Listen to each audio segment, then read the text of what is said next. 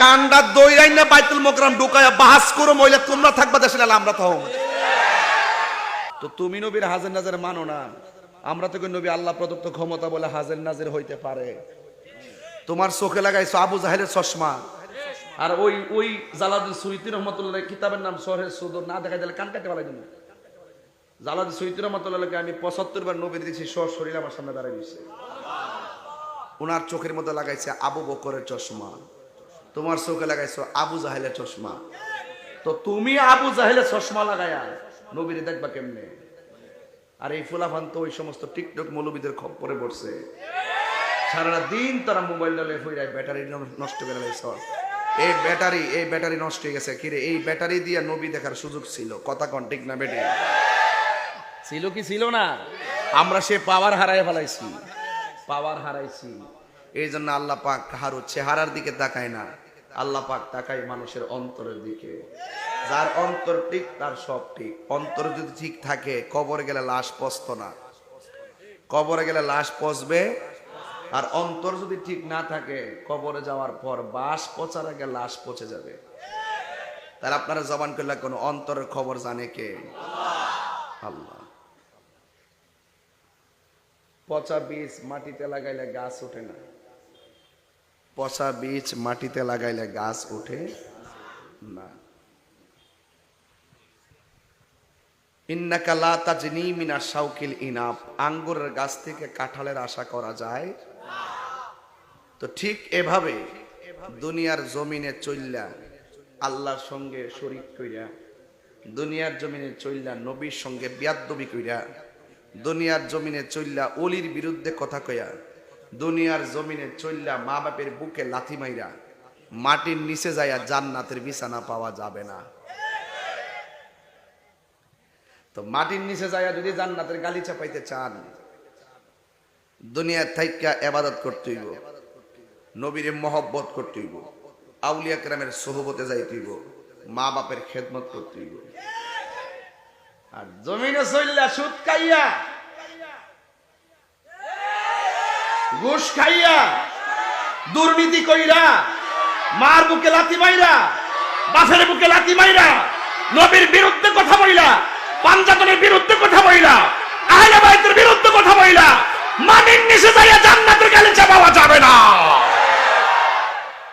ওই খাদিজাতুল কুবরার শুধু একটা মহিয়সী নারী ছিল এমন না, তিনি তার গোটা সম্পদ দ্বীনের জন্য, হকের জন্য, ইসলামের জন্য কুরবান করে দিয়েছে। এই পৃথিবীতে 4 জন নারী দুনিয়ায় থেকে জান্নাতের টিকিট পাইছে, সুবহানাল্লাহ বলেন। এর মধ্যে একজন হলো মা ফাতেমাতুজ জোহরা রাদিয়াল্লাহু তাআলা আনহা। সেই মা ফাতেমা কিন্তু মা খাদিজাতুল কুবরা রাদিয়াল্লাহু তাআলা আনহার কন্যা। যদি বলেন না সুবহানাল্লাহ। দ্বিতীয় জন আসিয়া, তৃতীয় জন মরিয়ম, আরেকজন হলো আমাদের আম্মাজান খাদিজাতুল কুবরা। এগুলো সুর দিয়ে বললে 10-15 মিনিট বলা যায়, কিন্তু আমি ওই জাস্ট আমাকে যে বিষয়টা দিয়েছেন আমি টাচ করতেছি, নাইলে বলবেন যে কিচ্ছু বলি নেই। এরপর আমি যেদিকে সুযোগ পাই সেদিকে যাব। ভাইরা আমার, রাসূল করিম সাল্লাল্লাহু আলাইহি ওয়াসাল্লাম যখন ব্যবসা করতেন, তিনি যখন ব্যবসায় রওনা হয়ে এমন একটি জায়গায় গিয়েছেন, ওই জায়গায় একজন ব্যক্তি লক্ষ্য করেছিলেন যে আল্লাহর হাবিবের মাথার উপর দিয়ে মেঘমালাগুলো ছায়া দিতেছে। হ্যাঁ, কি দিতেছে? ছায়া দিতেছে। আপনারে মেঘমালা ছায়া দেয়নি, আপনাকে কি নিয়ে বের হতে হয়?